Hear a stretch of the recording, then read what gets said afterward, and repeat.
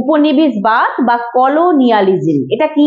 আসলে শিল্প বিপ্লবের পর আর কি, যখন বিভিন্ন একটা নতুন কোনো ভূখণ্ড আবিষ্কারের টানে বা অন্য কোনো দেশের সম্পদ লুণ্ঠনের আকর্ষণে, কিংবা কোনো একটা দেশ ব্যবসা বাণিজ্য বিস্তারের লক্ষ্যে অন্য কোনো দেশে যখন একটা দেশের মানুষের অনুপ্রবেশ ঘটে বা তারা প্রবেশ করে, তখনই এই উপনিবেশবাদেরই একটা প্রেক্ষাপট রচিত হয়, উপনিবেশবাদ গড়ে ওঠার একটা পরিস্থিতি তৈরি হয়।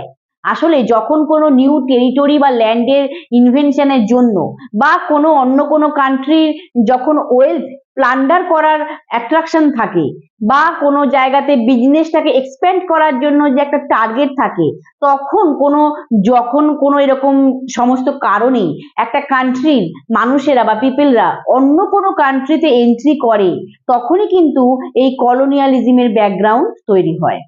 আসলে এই উপনিবেশবাদ হলো একটা নীতি বা প্রক্রিয়া, যার মাধ্যমে একটা শক্তিশালী দেশ একটা দুর্বল দেশের ভৌগোলিক অঞ্চলে রাজনৈতিক, অর্থনৈতিক বা সাংস্কৃতিক আধিপত্য বিস্তার করে। একটা পাওয়ারফুল কান্ট্রি একটা উইক কান্ট্রির যে কোনো জিওগ্রাফিক্যাল টেরিটরির মধ্যে পলিটিক্যাল, ইকোনমিক্যাল বা কালচারাল সুপ্রিমেসি ক্রিয়েট করে, এটাকে কলোনিয়ালিজম বলা হচ্ছে। আর এটা কিন্তু শিল্প বিপ্লবের পরই কিন্তু এর জন্ম হয়েছিল। আর ইউরোপে যখন মূলত রেনেসাঁ হয়েছিল বা নবজাগরণ হয়েছিল, তখনই এই উপনিবেশবাদ বিভিন্ন জায়গায় গড়ে ওঠে। ইউরোপের বিভিন্ন শক্তিশালী দেশ যেমন ব্রিটেন, ফ্রান্স, স্পেন, পর্তুগাল, এরা এশিয়া, আফ্রিকা, আমেরিকার বিভিন্ন জায়গায় উপনিবেশ গড়ে তোলে, কলোনিয়ালিজম গড়ে তোলে।